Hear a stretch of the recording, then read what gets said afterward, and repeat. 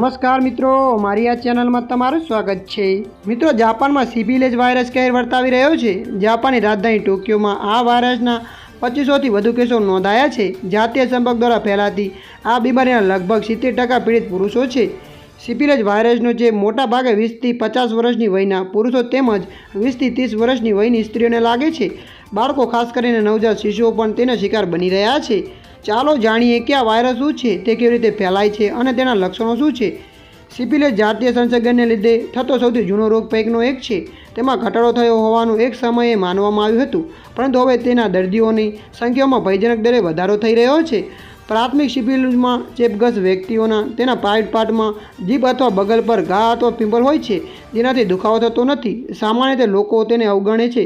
પછીના તબક્કામાં ત્વચા પર ફોલ્લીઓ દેખાય છે, લસિકા ગાંઠો સૂજી જાય છે, તાવ સાથે નબળાઈઓ આવે છે।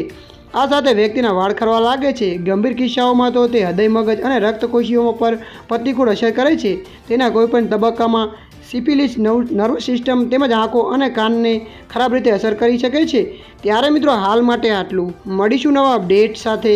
જો વિડીયો તમને પસંદ આવે, લાઇક, શેર અને સબસ્ક્રાઈબ કરી નાખજો। ધન્યવાદ।